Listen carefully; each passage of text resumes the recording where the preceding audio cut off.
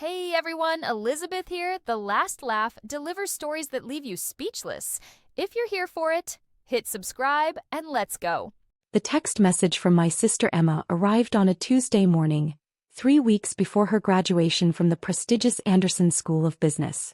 I was in my office on the 42nd floor, reviewing quarterly reports when my phone buzzed. Hey, so about graduation, family seating is really limited this year. Your presence might cause discomfort. Maybe it's better if you skip it? We can celebrate another time. Before I could process that, Dad's text followed 30 seconds later.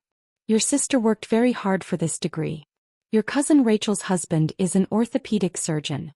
Several of Emma's classmates come from prominent families. We'd hate for things to be awkward. I stared at those messages for a long moment. Then I set my phone down, returned to my financial reports and said nothing. Not a single word. This wasn't new. This was the pattern that had defined my entire relationship with my family for the past 12 years. I was the embarrassment. The disappointment. The one who never amounted to anything. It started when I was 22, fresh out of college with my communications degree. While my younger sister Emma enrolled in a prestigious MBA program and my brother Marcus pursued law school, I took a job as an administrative assistant at a small tech startup. An assistant? Mom had said at Sunday dinner, her voice dripping with barely concealed mortification. After we paid for 4 years at a private university? It's a good company, I'd replied quietly. I think they're going places. Dad shook his head. Emma is getting her MBA from Anderson. Marcus is at Yale Law. And you're answering phones. That was 12 years ago. In those 12 years, several things happened. The tech startup I joined as an assistant became one of the most successful software companies in the nation. I rose from assistant to project manager to VP of operations to, eventually, chief operating officer with a compensation package that included substantial equity. I diversified. I invested. I built. And I watched my family struggle again and again, while pretending they had everything under control. Emma's MBA program cost $140,000. She graduated 6 years ago with honors and immediately started a boutique consulting firm that, despite her confidence, barely broke even most quarters. What Emma didn't know, I was her largest client. Through a shell corporation, I funneled $180,000 in consulting contracts over those 6 years. Projects that didn't need to exist. Reports I never read. All to keep her business afloat while she told everyone how successful she was. Marcus finished law school with $220,000 in debt. He joined a mid-size firm and married Stephanie, a woman who came from money and had expectations that matched. What Marcus didn't know, when his student loans mysteriously got paid off 3 years ago through an anonymous donor program, that was me. All $167,000 that remained. I watched him celebrate with Stephanie, talking about their lucky break, while I sat quietly at the family dinner, earning no credit. Mom and Dad's house, the 4-bedroom colonial they bought 30 years ago, nearly went into foreclosure 5 years ago when Dad's small accounting practice hit hard times. What they didn't know, I purchased the mortgage from the bank through an investment firm.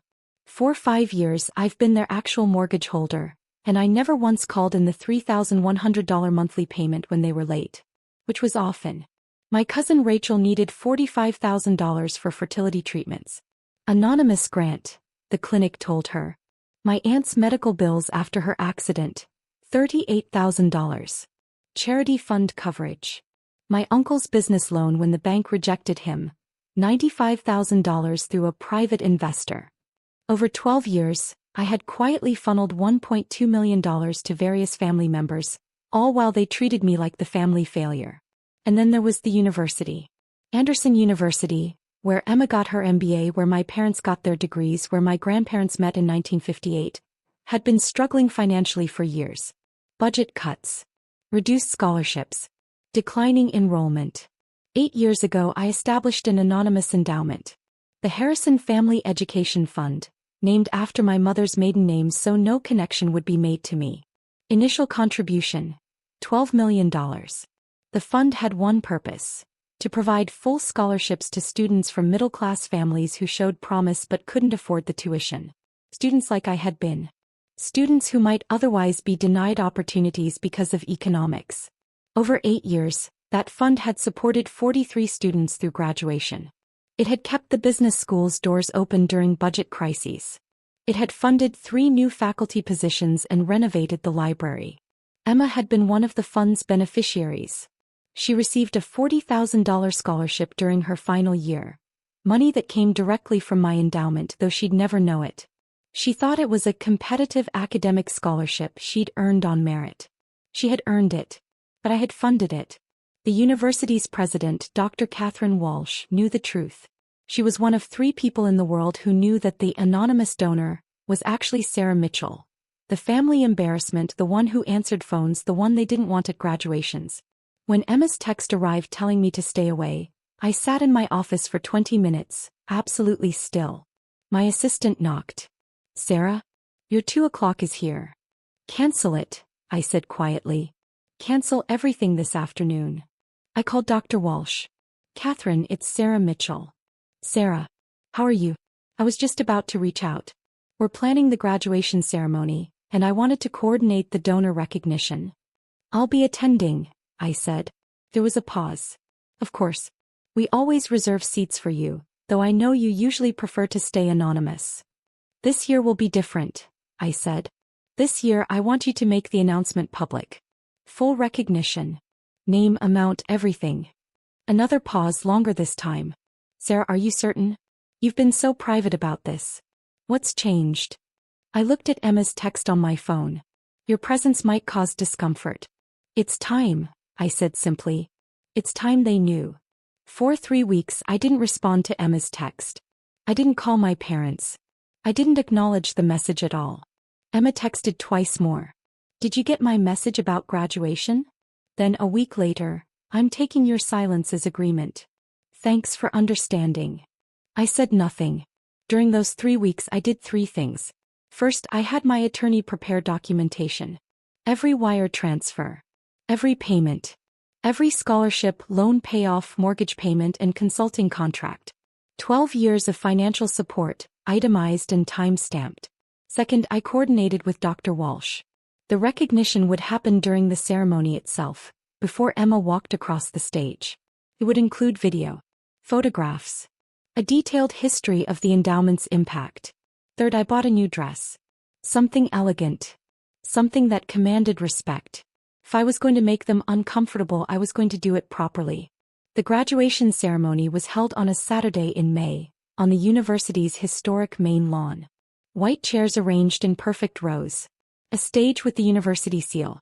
Families gathering in their designated sections, dressed in their finest. I arrived 30 minutes before the ceremony began, walking across campus in my navy Armani dress and heels. My hair was professionally styled. I wore the diamond earrings I'd bought myself when my company went public, $30,000, but worth every penny for the confidence they gave me. The family seating section was cordoned off with small reserved signs. I found my seat, front row per Dr. Walsh's arrangement, and sat down. 5 minutes later my family arrived. Mom saw me first. Her face went through several expressions in rapid succession. Confusion, shock, displeasure. "Sarah," she said, her voice tight. "We didn't expect you." "The university sent me an invitation," I replied calmly. "It seemed important to attend." Dad's face reddened. "Emma specifically said." I know what Emma said. I kept my voice pleasant. "I chose to come anyway." Emma appeared then in her graduation regalia, having broken away from the processional line. She looked furious. "What are you doing here?" she hissed. "I told you. You told me my presence might cause discomfort," I said evenly. "You were right. But not in the way you think." Marcus arrived with Stephanie, both looking confused. "Sarah? I thought you weren't coming," Marcus said. "Change of plans." Emma's face was flushed. "This is my day. My achievement. And you're going to ruin it by... By what?" I asked. "Sitting quietly in a seat the university gave me? I haven't said a word to anyone. I'm just here to watch you graduate." "You don't belong here," Emma said, and there it was. The truth she'd been dancing around for years. "Emma, get back in line," Dad ordered. "We'll handle this." But before anyone could say anything else, the processional music began. Emma had no choice but to rush back to her place in line. My family sat down around me, radiating tension. Mom leaned over. "This is incredibly selfish, Sarah." I said nothing. The graduates filed in. The choir sang. The dean gave welcoming remarks. Then Dr. Catherine Walsh took the podium. "Before we begin conferring degrees," she said, her voice carrying across the lawn, "I want to take a moment to recognize someone whose generosity has transformed this institution and the lives of countless students."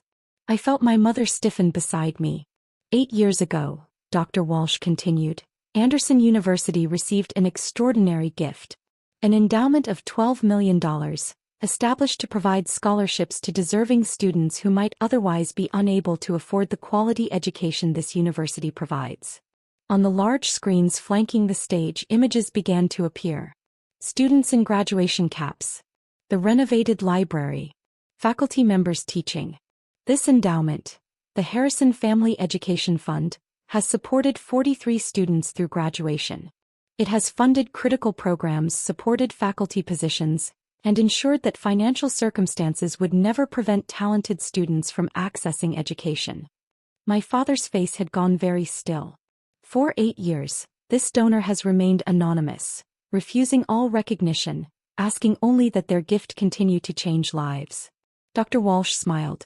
Today, for the first time, they have agreed to be recognized publicly. My mother's hand gripped her armrest. "Ladies and gentlemen, graduates and families, please join me in thanking Sarah Mitchell, whose vision and generosity have made all of this possible." The spotlight swung to me. For 3 full seconds, absolute silence. Then the audience erupted in applause. I stood slowly, acknowledging the recognition with a small nod. On the screens, my name appeared alongside the endowment details. $12 million. 43 scholars. 8 years of impact. I sat back down.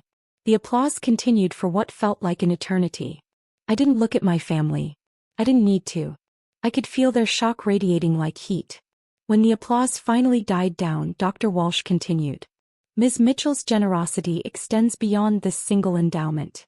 Through various initiatives, she has supported faculty development, facility improvements, and student emergency funds. She has asked for nothing in return except the opportunity to invest in futures. More images on the screens. The business school where Emma studied. The library reading room. The scholarship award ceremonies. Among the students who have benefited from the Harrison Fund, Dr. Walsh said, and I knew what was coming, is today's graduation speaker, Emma Mitchell, who received a $40,000 scholarship during her final year of study. Emma's face, visible even from the family section, went absolutely white. Emma's success story embodies exactly what this fund was created to support: talented students given the opportunity to excel. We're grateful to both Mitchells for their contributions to this institution. The applause came again, but this time it was scattered, confused. People were beginning to understand the relationship. Sisters. One giving, one receiving. One celebrated, one dismissed. My mother's voice was barely a whisper. You funded Emma's scholarship?" I kept my eyes forward. "Among other things. The $12 million. Dad's voice trailed off. "Is mine," I said simply. "All of it." Marcus, sitting on my other side, had pulled out his phone. I could see him searching, his fingers moving frantically. "Sarah Mitchell, so," he muttered. "Net Dynamics Corporation. Equity stake valued at." His face drained of color. $47 million? Stephanie leaned over to look at his phone. Her eyes widened. "You're the Sarah Mitchell?" Stephanie breathed. "The one on the Forbes list?" I didn't confirm or deny. I just watched the stage as Dr. Walsh concluded her remarks and the degree conferral began. Marcus was still staring at his phone, scrolling. "The tech startup. You were there from the beginning. When it went public." He looked at me. "The student loan payoff 3 years ago. The anonymous donor program." "Yes," I said quietly. "That was you." "Yes. All $167,000. Every penny." His hands were shaking. "Why didn't you tell me? Would it have changed how you treated me?" I asked. "Would it have made you introduce me differently at your parties? Would it have made Dad stop being embarrassed by my job title?" He had no answer. When it was time for the graduation speaker, Emma walked to the podium. She looked shaken, her prepared speech clutched in trembling hands. She began reading, her voice unsteady. A speech about perseverance, about overcoming obstacles, about succeeding through determination and hard work. But I could see her struggling with every word because now she knew. The scholarship that she'd thought was merit-based recognition had come from me. The sister she'd told to stay away. The embarrassment she didn't want at her ceremony. Halfway through her speech she stopped. Just stop talking. She looked at me in the audience. Our eyes met. She started then stopped again. Dr. Walsh stood slightly concerned. Emma gathered herself. I was going to talk about succeeding on your own merit, she said, her voice cracking. About not needing help. About being self-made. She looked down at her prepared remarks, then back at me. But that would be a lie, wouldn't it? Her voice was barely audible through the microphone. Because I had help. Help I didn't know about. Help I didn't acknowledge. Help I didn't deserve. The audience had gone completely silent. My sister. Emma's voice broke. My sister funded my education. And I told her not to come to my graduation. She started to cry. Dr. Walsh moved to help her off the stage, but Emma shook her head. She composed herself, wiping her eyes. I'm sorry, she said, looking directly at me. I'm so sorry. Then she walked off the stage without finishing her speech. The ceremony continued in stunned silence. The ceremony concluded in awkward tension. As families gathered for photos, mine stood in a tight cluster, everyone looking at me. We need to talk, Dad said. Privately. There's nothing private about this anymore, I replied. But yes, we should talk. We found a quiet spot under the elm trees, away from the crowds. Mom spoke first. Why didn't you tell us? All these years. Tell you what? I asked. That I was successful? That I wasn't actually a failure? I kept my voice calm. When would have been a good time? When you told people I was just an assistant? When you apologized to your friends for my career choices? When you stopped inviting me to family events because I was an embarrassment? We didn't, Dad started. You did, I said firmly. Constantly. For 12 years. Marcus was pale. The loan payoff. My mortgage help when Stephanie and I bought the house. That was you too, wasn't it? Yes. How much? He asked. Total. How much have you given this family? I pulled out my phone and opened the document my attorney had prepared. $1,200,000. Over 12 years. Scholarships, loan payoffs, mortgage assistance, business bailouts, medical bills, and various other family emergencies. The number hung in the air. The house, Dad said slowly. 5 years ago, when we almost lost it, the mortgage company said an investment firm bought the loan. My investment firm, I confirmed. I've been your mortgage holder for 5 years. You've been late on payments 47 times. I never once called it due. Mom sat down heavily on a nearby bench. Oh my God. Rachel's fertility treatments, I continued. Aunt Linda's medical bills. Uncle Tom's business loan. Cousin Sarah's college fund. All me. But why? Emma asked, joining us, still in her graduation regalia. Her face was blotchy from crying. Why help us when we treated you so badly? Because you're my family, I said simply. Because I loved you. Because I kept hoping that maybe, someday, you'd see me for who I actually was instead of who you decided I was. Stephanie, who had been quiet until now, spoke up. The consulting contracts. Emma, your biggest client for the past 6 years. The corporation that paid you nearly $200,000. Emma's eyes widened. No. I nodded. Shell Corporation. All me. Your business was struggling. I kept it afloat. But I thought I was successful, Emma whispered. I thought I was building something real. You were, I said. You are. The work you did was good. The business has potential. But yes, I subsidized it. The same way I subsidized Marcus's lifestyle and Mom and Dad's mortgage and everyone else's emergencies. Stop, Emma said. Please stop. But I couldn't stop. Not now. 12 years of silence was ending. Do you know what it's like?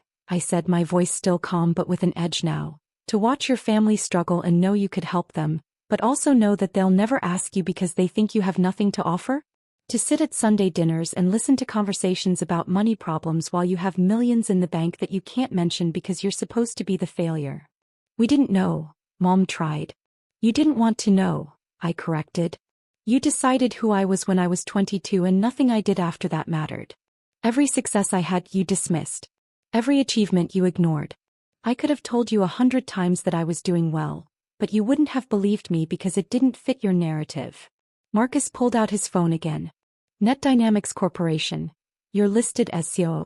The company is valued at $600 million, I said. My equity stake is 8%. Plus salary, plus bonuses, plus other investments. Your consulting firm, Emma, I continued. You think you have 12 clients. You actually have 6. The other 6 are all entities I control. 51% of your revenue comes from me. Emma made a small sound, almost a whimper. Marcus, the law firm partner track you're on. The managing partner who's been mentoring you. You know how you got his attention 3 years ago. Marcus shook his head slowly. I had dinner with him. We sit on the same charity board. I mentioned you casually. He owed me a favor. I shrugged.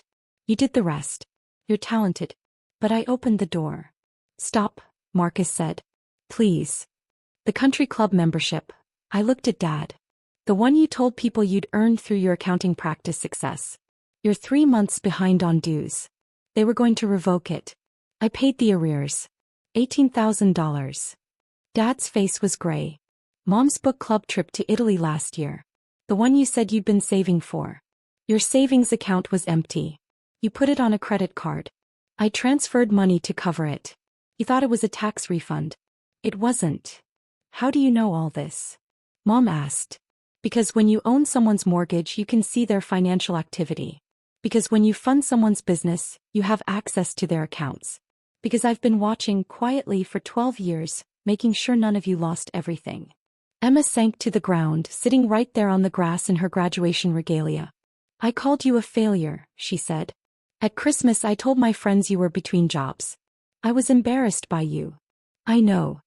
And the whole time you were. She gestured helplessly. You were this. Successful. Wealthy. Generous. And I told you not to come to my graduation because you might cause discomfort. Yes. The discomfort I was worried about was you. But the real discomfort should have been me. Looking at you and realizing I've been a terrible person. I didn't disagree.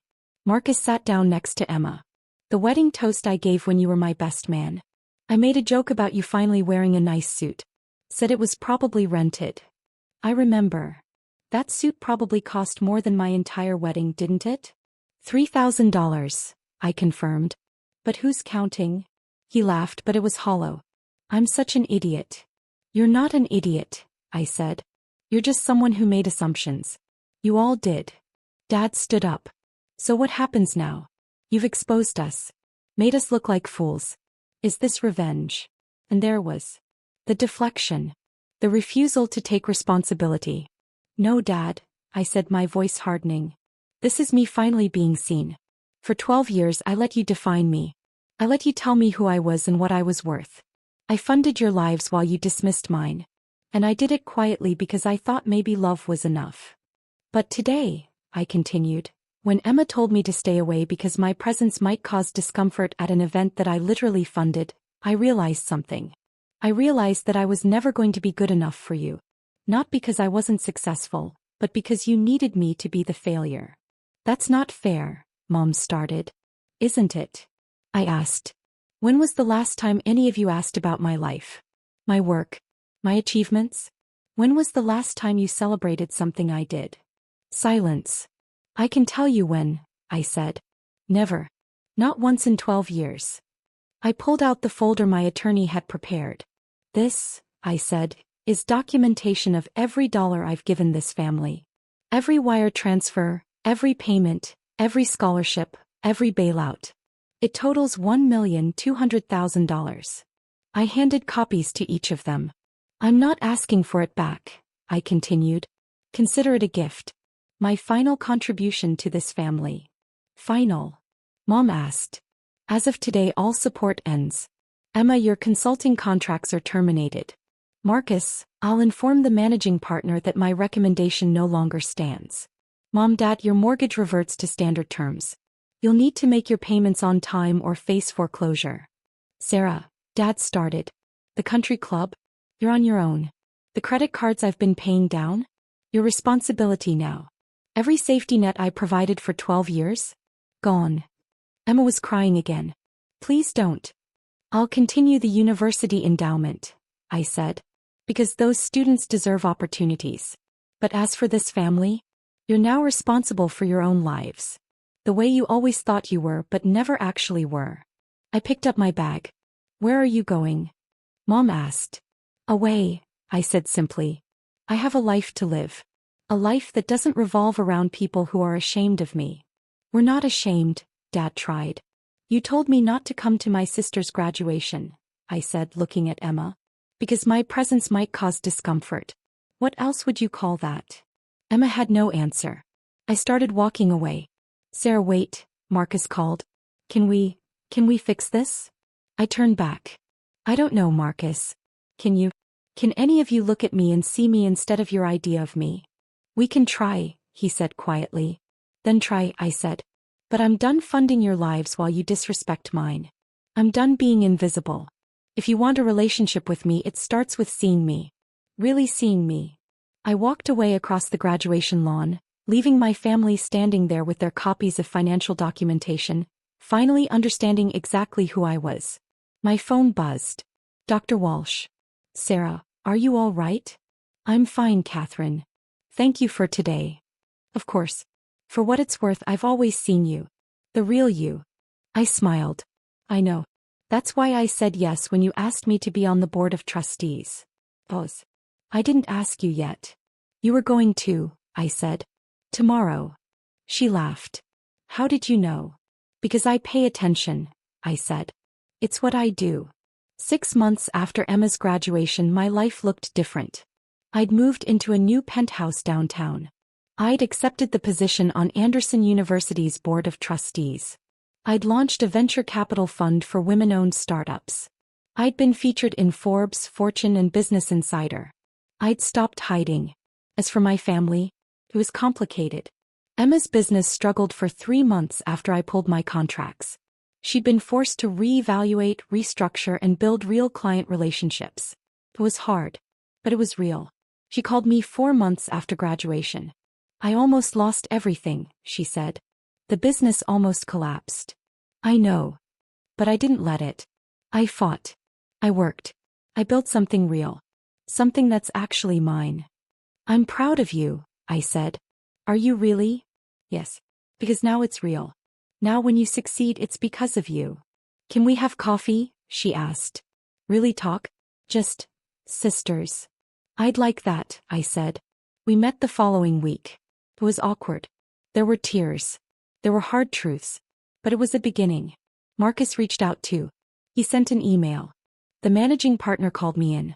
Said your recommendation had been withdrawn. Said I'd need to prove myself on my own merit. I was angry at first.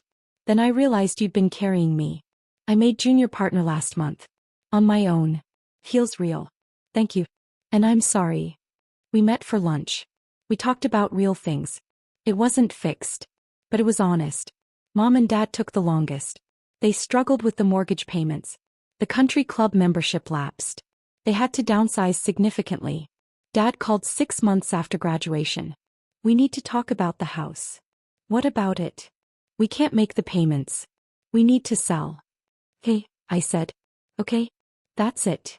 What do you want me to say, Dad? That I'll start paying again? I won't.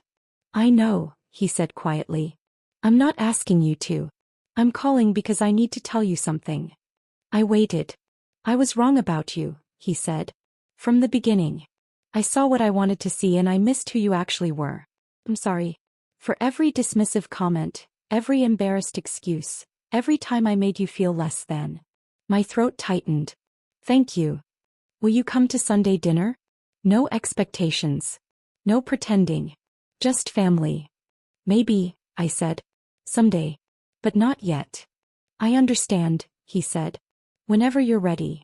I'm not sure how this story ends yet. Maybe families like mine don't get neat, happy endings. Maybe we get honest ones instead. I know this. I'm no longer invisible. I'm no longer the failure they needed me to be. I'm Sarah Mitchell. I'm the COO of a successful corporation. I'm a philanthropist who's changed lives through education funding. I'm a venture capitalist helping women build businesses. And I'm the person who taught my family an expensive lesson. You can't judge someone's worth by your own limited understanding of success. The university graduation where my $12 million endowment was announced was 6 months ago. The image of Emma telling me to stay away, followed by the revelation that I'd funded her education, has become something of a viral story. People recognize me now. They know the story. But the story isn't about revenge. It's not even about vindication. It's about visibility. For 12 years I was invisible to my family. Now I'm not. And whether we rebuild our relationships or not, at least now they see me. The real me. And that, finally being seen, is worth more than $12 million. Though I'll be honest, announcing it at Emma's graduation while she stood on that stage, realizing that the sister she'd dismissed had funded everything, that part felt pretty good too.